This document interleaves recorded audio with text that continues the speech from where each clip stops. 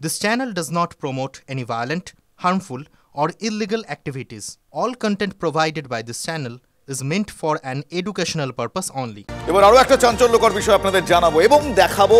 কুলতলির ঘটনায় প্রকাশ্যে চলে আসছে একটা সিসিটিভি ফুটেজে দেখা যাচ্ছে মহিষমারি বাজারে অভিযুক্তকে, বাজারে মালখানার দোকানে কাজ করছিল অভিযুক্ত, লাল জামা পরা, বিকেল 5:10 নাগাদ মহিষমারি বাজার পেরোয় ওই নাবালিকা।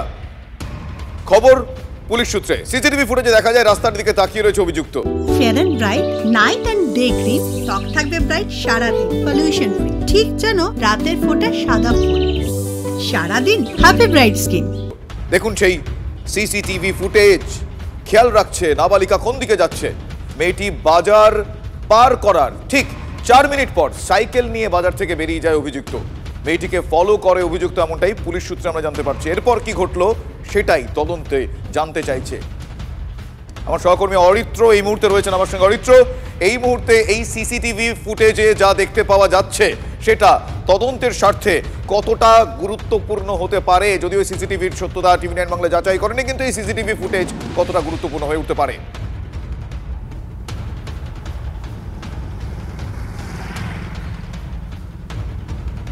শুভজিৎ, দেখো, স্থানীয় সূত্রে যে সিসিটিভি ফুটেজ আমরা পাচ্ছি সেটাতে বিষয়টা কিছুটা হলেও স্পষ্ট হচ্ছে, যদিও সেই সিসিটিভি ফুটেজের সত্যতা এখনো যাচাই করা যায়নি। এই যে অভিযুক্ত যুবক, তিনি যেখানে কাজ করতেন সেই দোকানে তিনি কাজ করছিলেন গত শুক্রবার বিকেল 5টার কিছু আগে থেকে।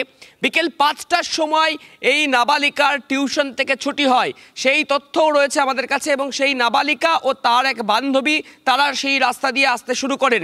তার যে বান্ধবী, সেই বান্ধবী একটি দোকানে ঢুকে যাওয়ার পরে নাবালিকা কিছুটা এগিয়ে যায় এবং নাবালিকা একা এগিয়ে যাওয়ার পরেই 5:13-14 এই সময় নাগাদ কিন্তু এই যে অভিযুক্ত, যাকে লাল জামা পরিহিত অবস্থায় দেখা যাচ্ছে সিসিটিভি ফুটেজে, সেই অভিযুক্ত তার যে রাস্তা বা যে রাস্তা দিয়ে তিনি পেরিয়ে যাচ্ছিলেন, নাবালিকা সেই রাস্তা ফলো করেন এবং ফলো করার সাথে সাথেই সাইকেল নিয়ে সেই নাবালিকার পিছু ধাওয়া করেন। এবং এর পরের কি ঘটনা হয়েছে সেই ঘটনাটা কিন্তু এখনো অজানা রয়েছে।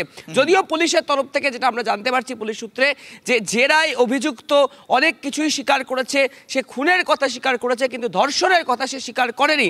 তাহলে এই বিকেল 5:15 বা 5:30 থেকে রাত্রি 2-2:30 বা আরও আগের কিছু সময় কোথায় ছিলেন অভিযুক্ত এবং ওই নাবালিকা, এই প্রশ্নগুলো কিন্তু ইতিমধ্যেই উঠতে শুরু করেছে। এবং এই সিসিটিভি ফুটেজ, এই গোটা ঘটনার তদন্তে যে সিসিটিভি ফুটেজ আমরা স্থানীয় সূত্রে পাচ্ছি, যার সত্যতা আমরা যাচাই করিনি, কিন্তু এই ফুটেজ এই ঘটনার তদন্তের ক্ষেত্রে একটা অন্যতম হাতিয়ার হতে পারে বলে মনে করছেন পুলিশ কর্তারা। শুভজিৎ, ধন্যবাদ অদিত্র। আমরা সেই ছবি আপনাদের দেখালাম, সিসিটিভি ফুটেজ।